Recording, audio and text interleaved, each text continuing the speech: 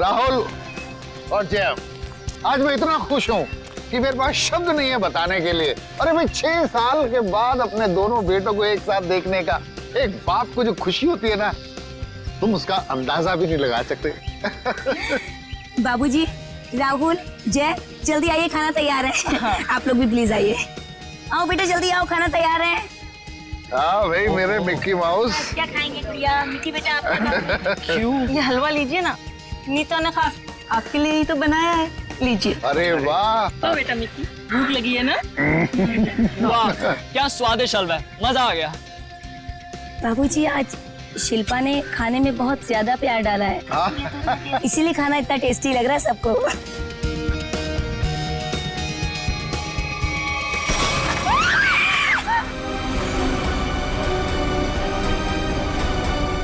ये क्या?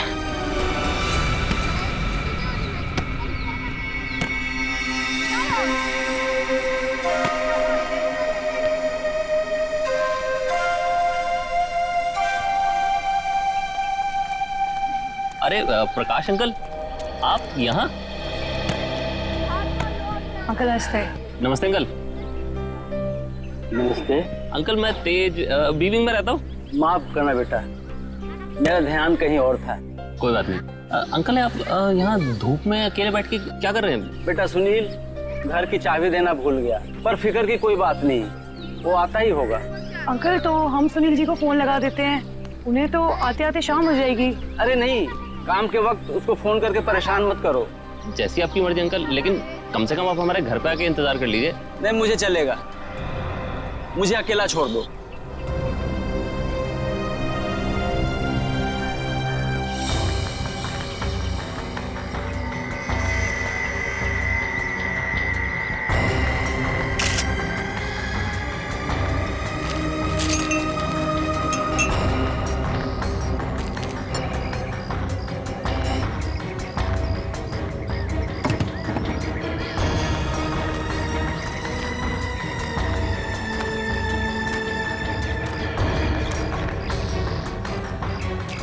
एक बात बताइए जी, आप सब लोग यहाँ पर खाना खाने बैठे थे है ना, तभी ये हाथ खाने में गिरा?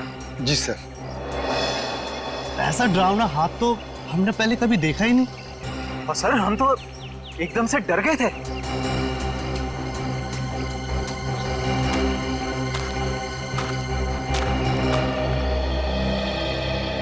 सर आपने हाथ तो देखा ही ना सर, गला नहीं है लेकिन खून पूरी तरह से सूख चुका है। बहुत बुरी हालत से काटा है ये हाथ। अगर ये हालत इस हाथ की है, वही सोच रहा हूँ जिसका ये हाथ काटा गया है उसके और शरीर के हिस्से का क्या किया होगा। सर क्या ये हाथ देख के हम पता नहीं लगा सकते कि ये आदमी का हाथ है या किसी औरत का हाथ है?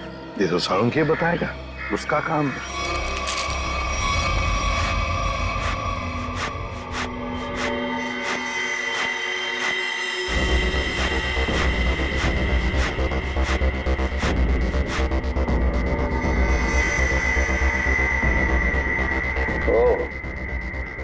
इन मुजरिमों के हौसले भी दिन ब दिन बुलंद होते जा रहे हैं। ओए, अकेले में क्या बातें कर रहा है? मुझसे बात कर।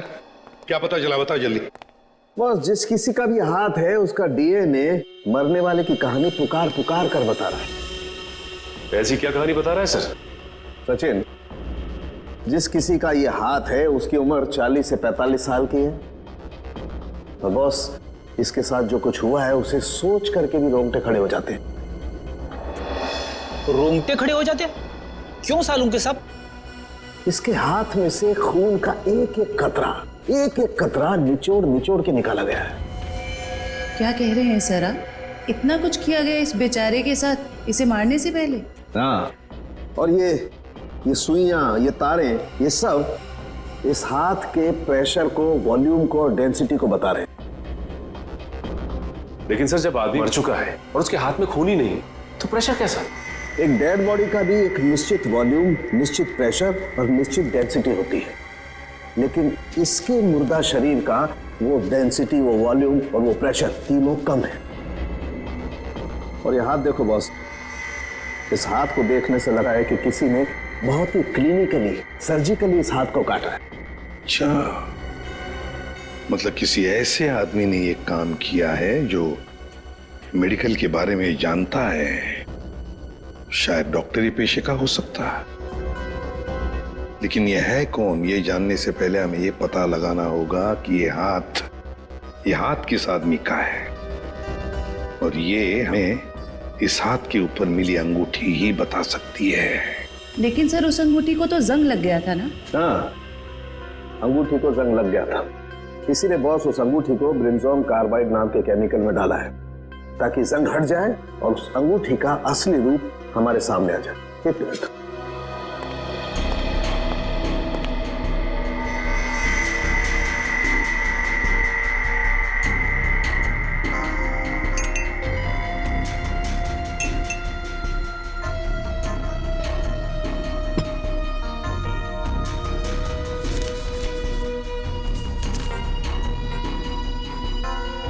ये देखो बॉस, ये अंगूठी एकदम साफ।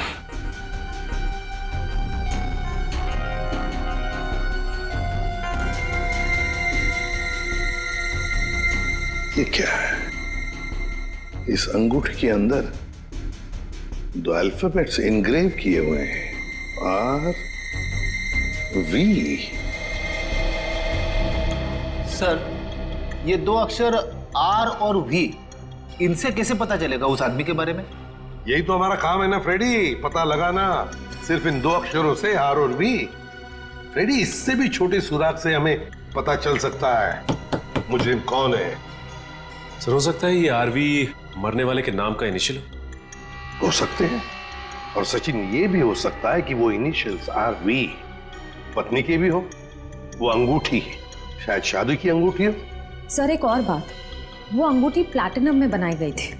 सर, ऐसी अंगूठियां आसानी से बाजार में मिलती नहीं है, खास ऑर्डर देकर बनवाई जाती है। बिल्कुल सही। बस उस अंगूठी का फोटोग्राफ शहर में जितने भी जौहरी है उन सबको भेज दो। पता चल जाएगा किस जौहरी ने वो अंगूठी बनाई थी और किसके लिए। RV। Yes sir. सर, एक बात समझ में नहीं आ रही कि अगर ये खूनी आरवी को मारना ही चाहता था तो आसान मौत भी तो दे सकता था। ये काटने की क्या जरूरत? सचिन मरने वाले की पहचान छुपाना चाहता था, वो पहचान छुपाना चाहता था।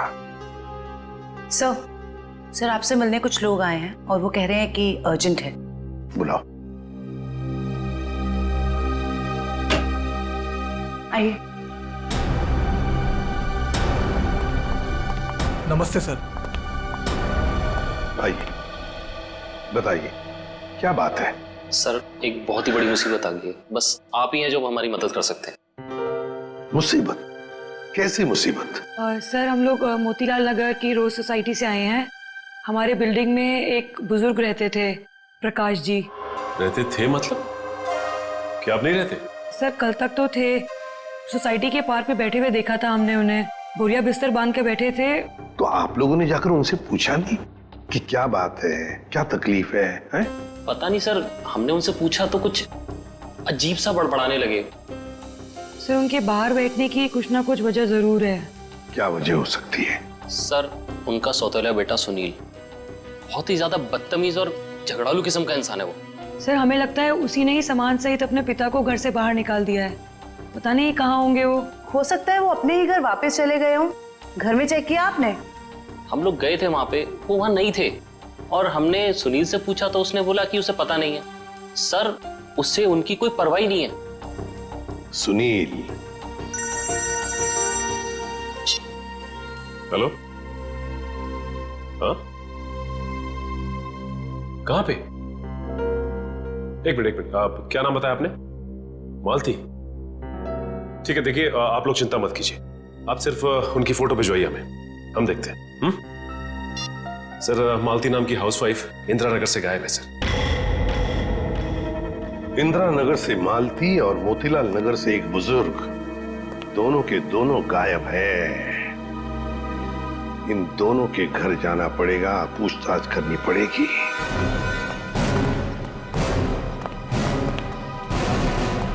सर, हमने मिस्टर सुनील का घर अच्छे से चेक किया, प्रकाश जी नहीं है वहाँ पे। और ना ही कोई ऐसा सुराग मिला है जिससे प्रकाश जी के बारे में कुछ पता चल सके।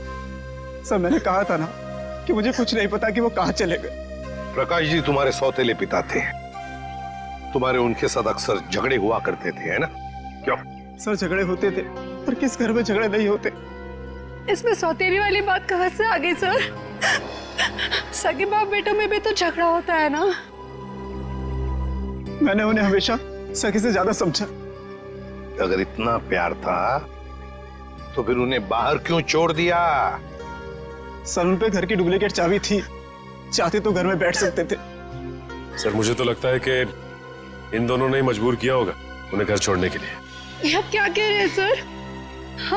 हम ऐसा क्यों करेंगे? सर आपको क्या लगता है मैं अपने पापा के साथ कुछ गलत करूंगा? सर मेरे पापा को ढूंढ के ला दीजिए। हाँ, प्रकाश जी को तो हम ढूंढ कर निकालेंगे ही निकालेंगे, वो तो हमारा फर्ज है। लेकिन एक बात याद रखना, अगर पता चला तुम लोगों ने अपने पिताजी के साथ कोई गैर बर्ताव किया है तो अच्छा नहीं होगा, समझे?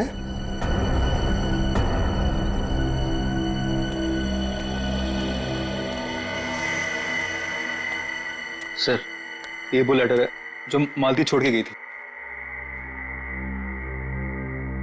जरा बच्चों को अंदर लेके जाओ।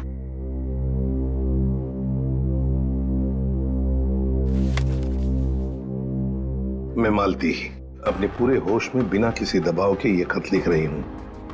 मैं अपनी रोजमर्रा की आम जिंदगी से इस घर गृहस्थी से तंग आ गई हूं और अपनी मर्जी से छोड़ के जा रही हूं।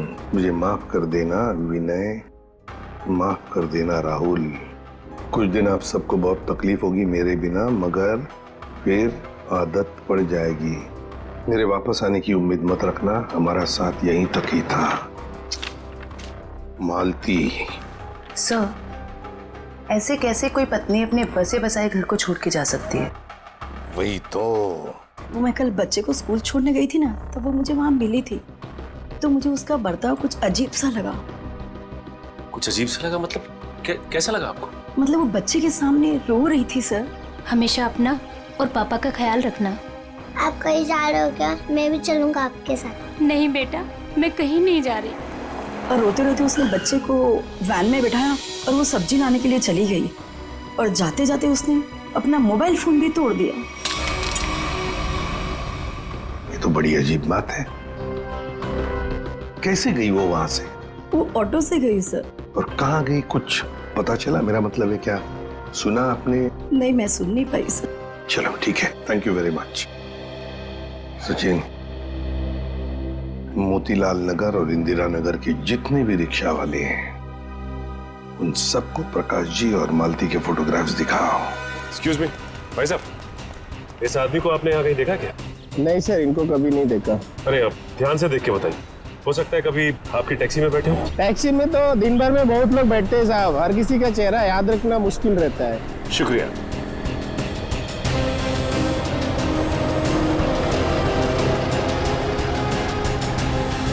भाई साहब, आप देखिए इन्हें, कहीं देखा है आपने? इस बुजुर्ग आदमी को तो मैंने पिंजर की खाड़ी के पास छोड़ा था। पिंजर की खाड़ी?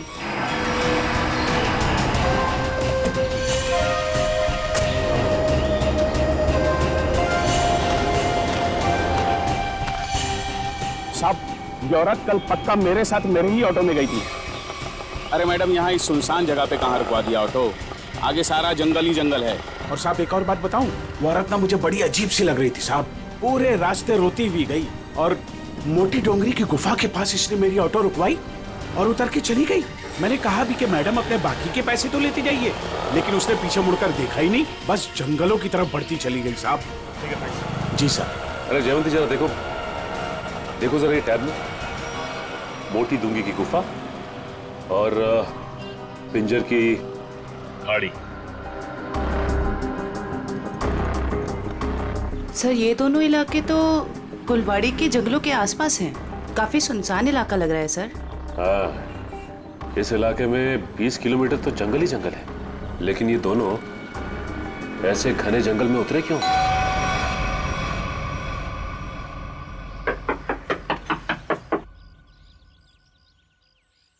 बड़ी अजीब बात है, रिंग पे आरवी गुदा है और नाम हितेन कुमार।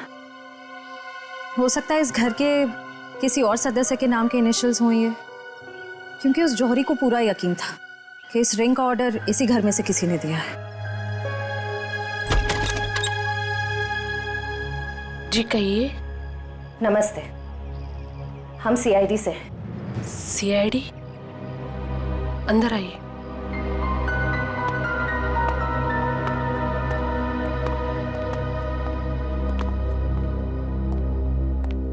जी हितेन ठीक तो है ना? कहाँ है वो?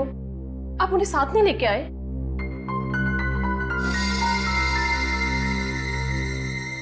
क्या आप इस अंगूठी को पहचानती हैं?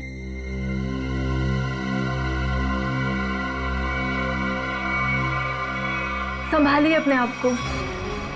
मैम ये लीजिए।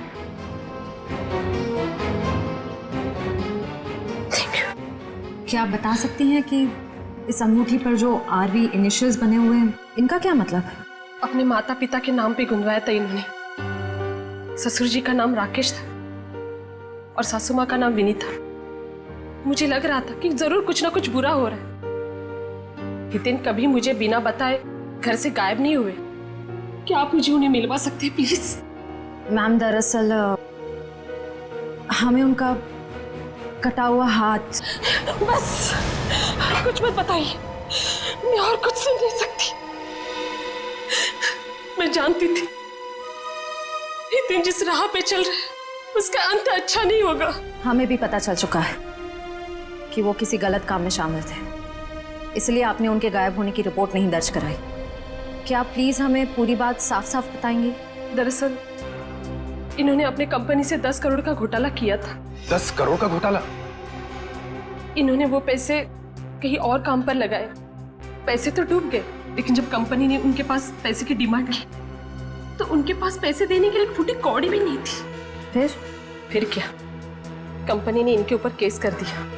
हमारा घर नीलाम होने के कगार पर आ गया। मुझे लगा शायद इसलिए ये 3 दिन पहले घर से गायब हो चुके हैं। और इसलिए आपने उनके गायब होने की रिपोर्ट दर्ज नहीं कराई? नहीं, दरअसल अचानक मुझे इनके कंपनी से कॉल आया, किसी ने कंपनी की रकम चुकता कर ली है। मैं खुश हो गई कि शायद ही अब वापस आएंगे। एक मिनट, वो 10 करोड़ रुपए जो हितेन ने कंपनी से चुराए थे वो किसी और ने चुकते किए? किसने? पता नहीं, किसी ने इनके कंपनी के अकाउंट में वो रकम डलवा दी थी और एक चिट्ठी छोड़ी कि ये रकम वही है जो हितेन ने उनकी कंपनी से ली थी। बड़ी अजीब बात है मैम, कोई और हितेन के पैसे क्यों चुकाएगा, वो भी 10 करोड़? इसके पीछे जरूर कोई गहरा राज है। मैम, आपके रिश्तेदारों ने या दोस्तों ने हितेन को ढूंढने की कोशिश नहीं की? कोशिश की न, हितेन की गाड़ी भी मिली गुलवाड़ी जंगल के पास, लेकिन हितेन का कुछ पता ही नहीं चला। गुलवाड़ी जंगल?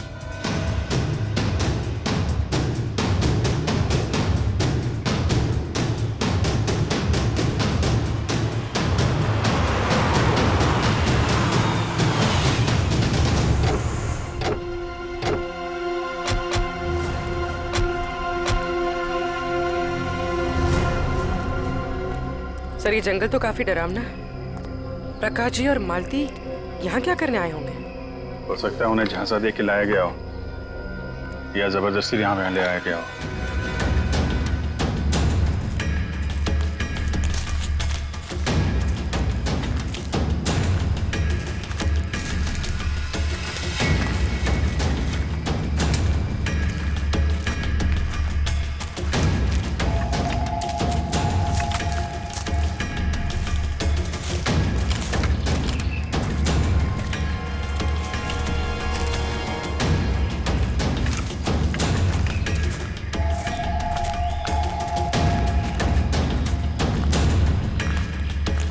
एक मिनट अभिजीत,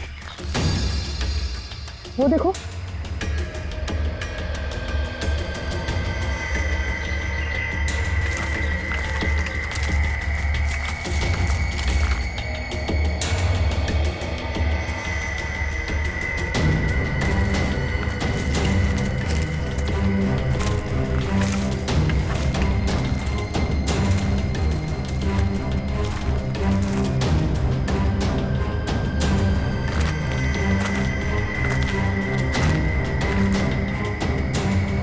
इतने सारे कपड़े, ये जूते,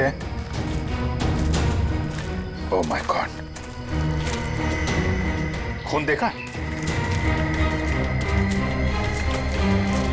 ओह नो,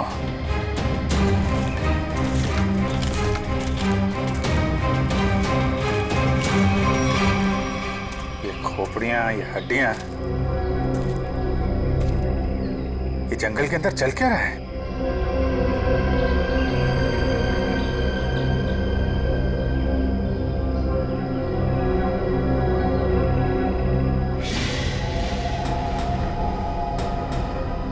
कौन है?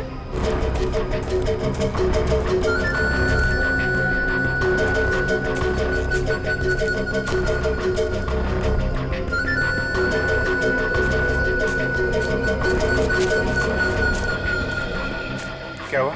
वहां तो कोई नहीं है सर। सर वहां पे कुछ था सर। सुनसान जंगल में कौन हो सकता है? ये तो सारे कपड़े, जूते और ये हड्डियों को देखकर लग रहा है कि अलग अलग उम्र के लोगों को शिकार बनाया गया है।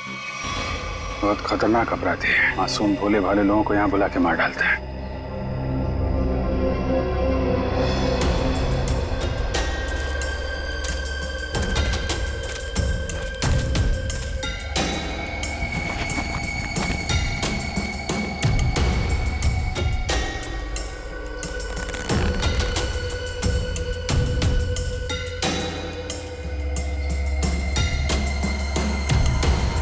प्रकाश जी कब आ गई है?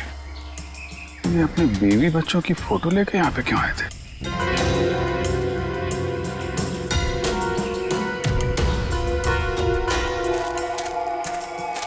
ए रुको! क्या हुआ? सर वहां पर कुछ अजीब सा था सर। गाड़ी क्या हुआ सर? सर जंगल में कोई आया है? तुम लोग देखो जरा जाके।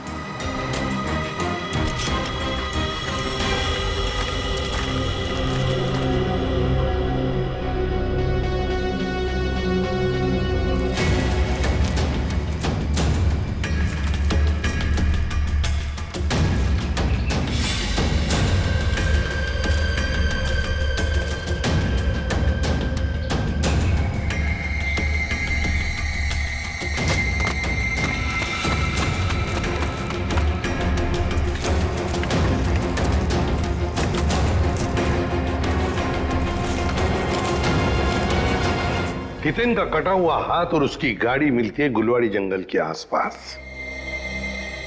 समझ में नहीं आ रहा, पता नहीं क्यों सचे मुझे ऐसे लग रहा है कि हितेन का केस, मालती का केस और प्रकाश जी का केस, इन तीनों केसेस का आपस में कोई ना कोई संबंध है, कोई ना कोई संबंध है। सर प्रकाश जी और मालती के बारे में कुछ और पता चला है। क्या? सर ठीक हितेन की तरह ही प्रकाश जी और मालती दोनों कर्जे में थे। प्रकाश जी के बेटे को 5 लाख रुपए देने थे और मालती जी का घर गिरवी रखा था। सर दोनों के गायब होते ही इन दोनों का कर्जा किसी ने चुका दिया। हितेन भी कर्जे में था, मालती भी कर्जे में थी, प्रकाश जी भी कर्जे में थे। तीनों के तीनों गायब होते, तीनों के तीनों आखिरी बार दिखाई पड़ते हैं गुलवाड़ी जंगल के आसपास।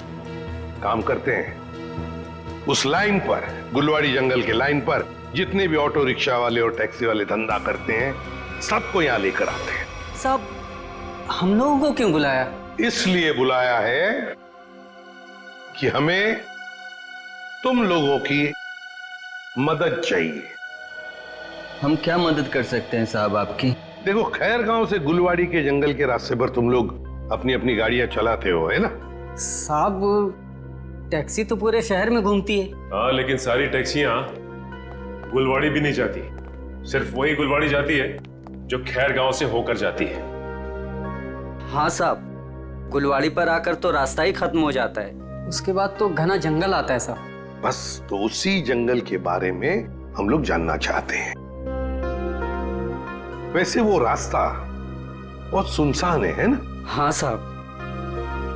तो फिर ऐसे सुनसान रास्ते पर ज्यादा लोग तो जाते नहीं होंगे, गिने चुने ही लोग जाते होंगे, है ना? हाँ साहब, बिल्कुल।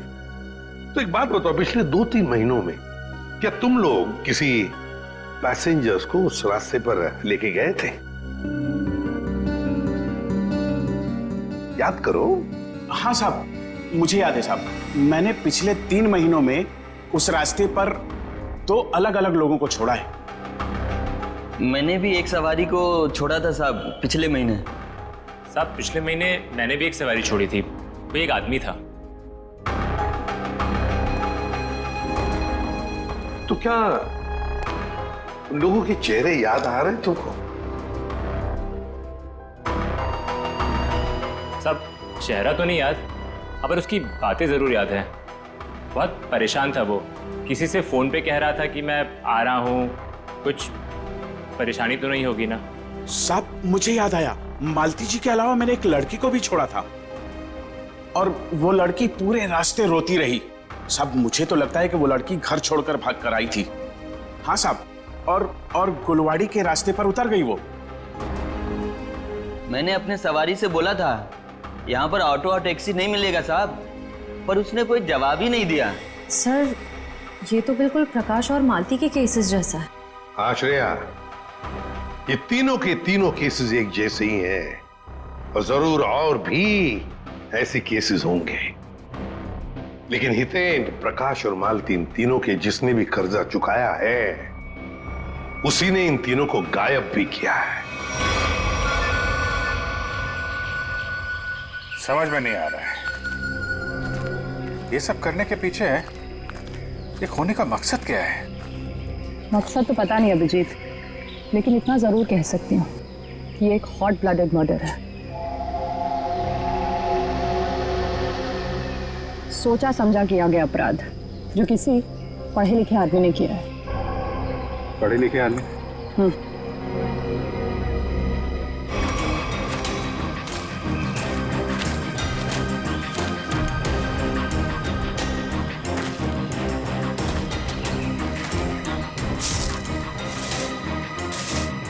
ये देखा?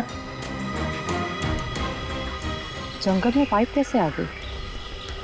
लेकिन नक्शा में तो कोई पाइप वगैरह नहीं थी। वही तो, कहीं ये पाइप भी उन अपराधियों ने तो नहीं लगाई है। काटो जरा सा। निखिल, गाड़ी की आवाज उसी वक्त आई जब हम जंगल में थे। ये कोई संयोग नहीं है। मतलब मुजरिम को भनक लग गई थी हमारे जंगल में आने की। भले ही भनक लग गई हो, लेकिन हमारे हाथों से बचेंगे नहीं हमको।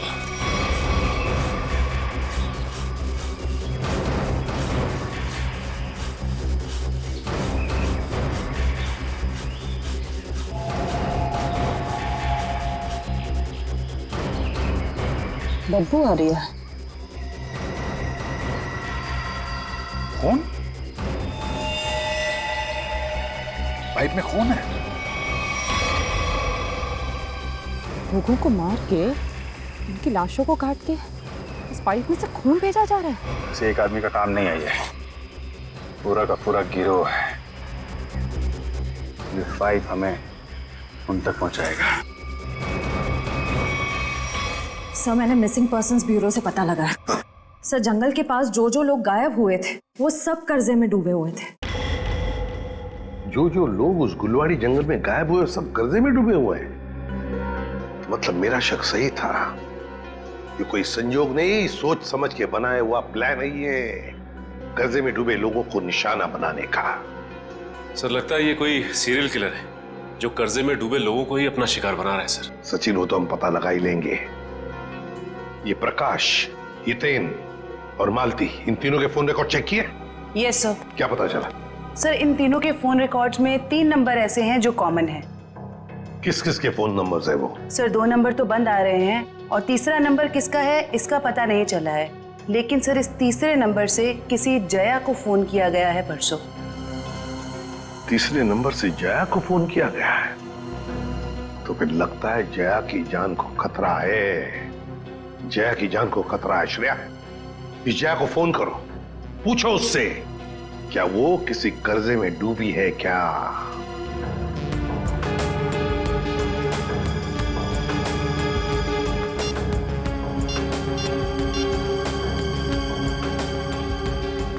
जया, निखिल, ये देखो,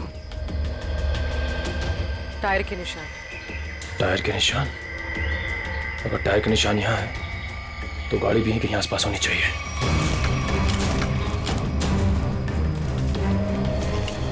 गाड़ी उस तरफ है, संभाल के।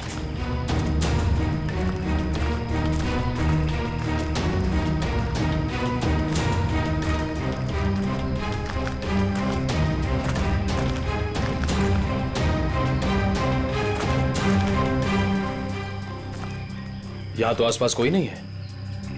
इंजन अभी भी गर्म है, मतलब जो कोई भी इस जीप में आया है यहीं आसपास है। इतने सारे डब्बे हैं।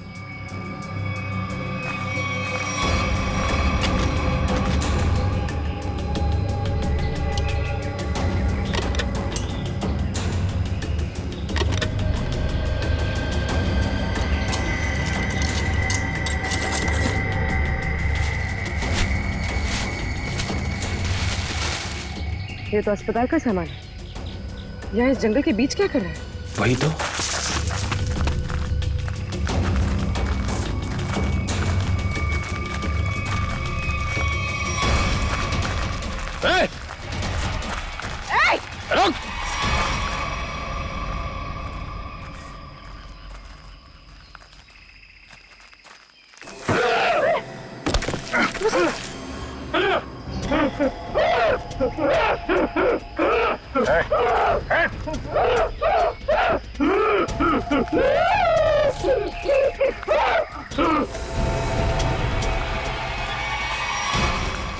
रुक!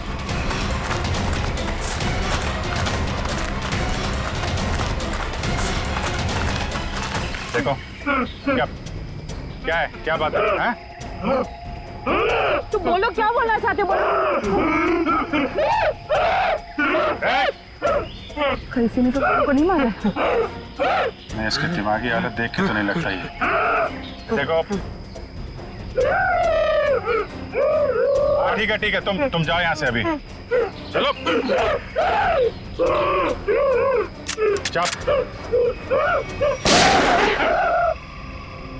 तुमने गोली क्यों मारी? वो बेचारा डर के भाग गया।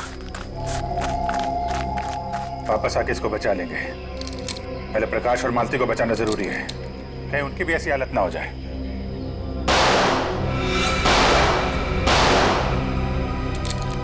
गोली की आवाज?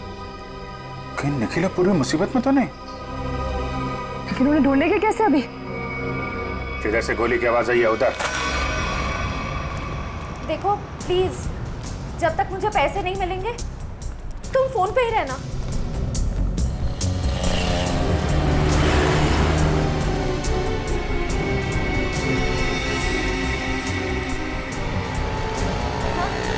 मुझे दुकान दिख गई, मैं आ रही। नहीं, तुम फोन मत रखना प्लीज प्लीज, मैं पहुंच गई।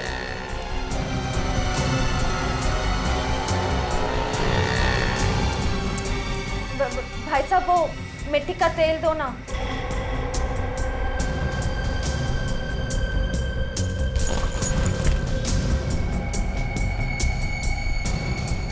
मैं सीआईडी ऑफिसर हूं, सीधे से बता दे किसके इशारे पे तूने मुझे बैग दिया, वरना ससुराल की सैर करनी पड़ेगी।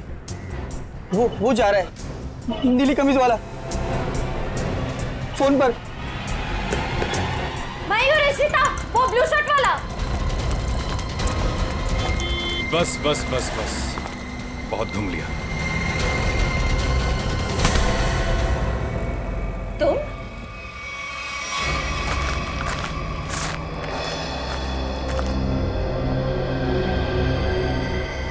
घसीटने का निशान।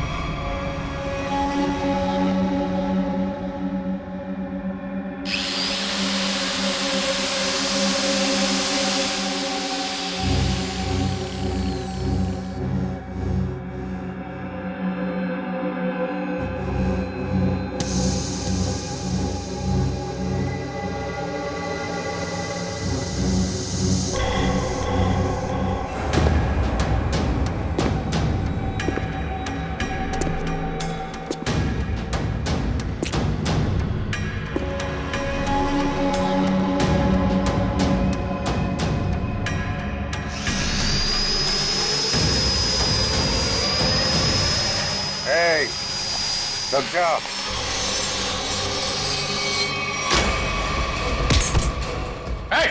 रुक जाओ, नहीं तो इसकी खोपड़ी उड़ा दूंगा।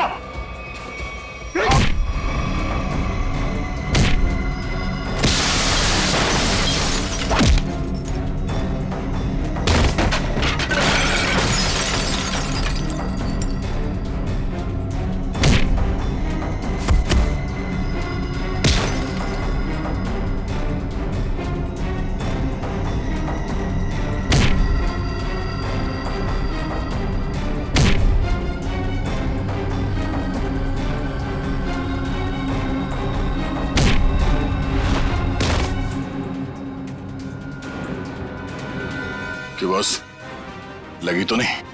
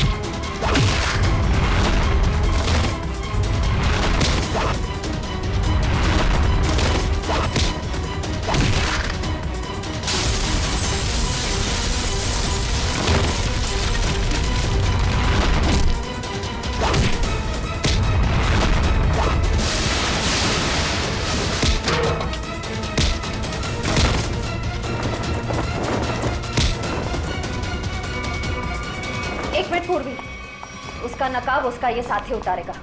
उतार उसका मास्क। सर, ये वो लेटर है जो मालती छोड़ के गई थी।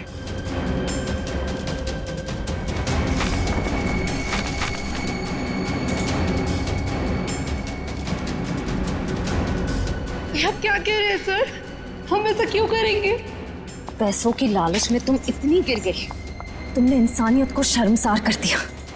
यहाँ तक कि अपने पिता समान ससुर तक को नहीं छोड़ा तुमने।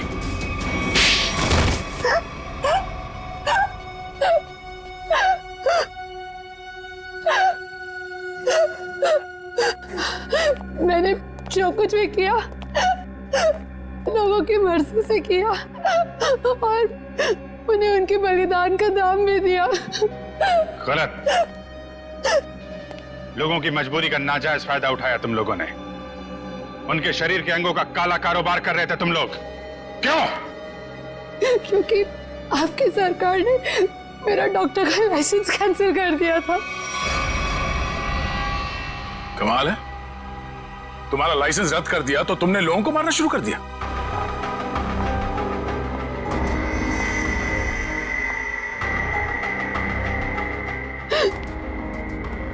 तुम्हारे आड़े टेढ़े एक्सपेरिमेंट ने यह हाल कर दिया लोगों का।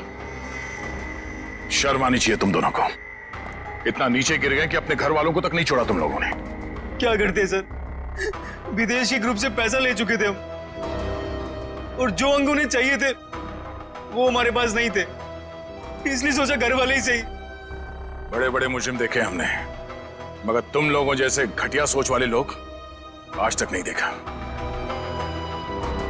बीमार हो तुम लोग, इस समाज में रहने लायक नहीं हो। किस्मत अच्छी हुई तो जिंदगी भर जेल में सड़ोगे, वरना आसार तो यही है कि अदालत फांसी देगी तुम्हें। ले जाओ इन्हें। चल।